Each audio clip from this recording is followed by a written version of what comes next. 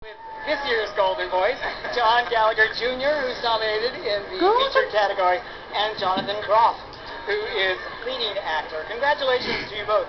What a ride. This show has been developing for 8 years. You came into it 2 years ago, and you came into it a year ago. Yep. How did it happen, Jonathan, that you ended up playing Melchior?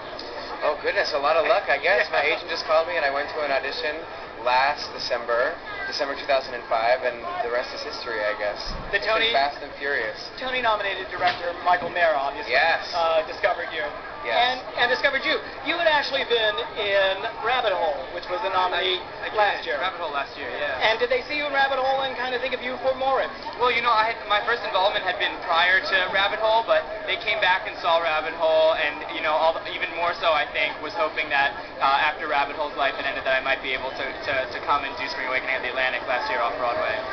Now, you guys really bring the age curve down, thank God. How old are you?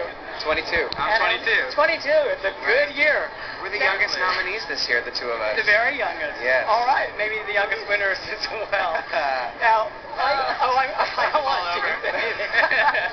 But I understand that your mom is bringing in busloads of people, of her women friends from Lancaster, Pennsylvania. Michael Mayer calls them the Mennonite bus because the dad's side of my family, there's a lot of Mennonite Amish people in Lancaster, so she brings all different people from my high school, people from our church, people that I've never met before, but you know, the conservative people from Lancaster have sure really embraced this racy show. You know, they love it. And there's no problem with any of the language or some of the sexual frankness in the show? They love it. They love it. I think we deal with everything with a sense of humor, and so everyone can sort of laugh off the uncomfortable moments. They loved it, every second of it. And how is your family accepting your success? They are loving it. My mom and my dad and my sister are all here tonight, and I'm so happy they're here. They love the show. They saw it a bunch of times off Broadway, and they've seen it a bunch of times on Broadway too, and they love the music. They love the show. Were you familiar with Duncan Sheik before you came into this project? Were you familiar with Barely Breathing as his pop hit? I was. Here was this indie rocker who didn't have a lot of experience with theater before, and he wrote one of the freshest scores imaginable this season. It's incredible. His music is amazing. I knew Barely Breathing. I didn't know anything else. But in 7th grade, they used to play Barely Breathing at our middle school dances. Oh, really? But other than that, once I got the show, I bought all of his CDs, and he's just...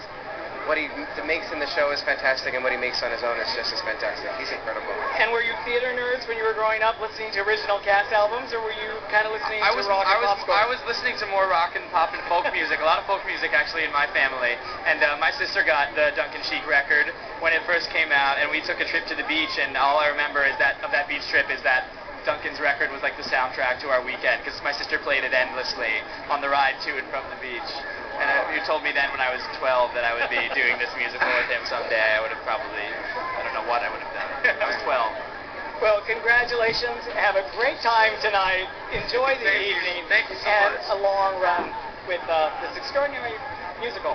Thank you. Thank you so much. Thank you very much. And now back to you, Roma and Donna.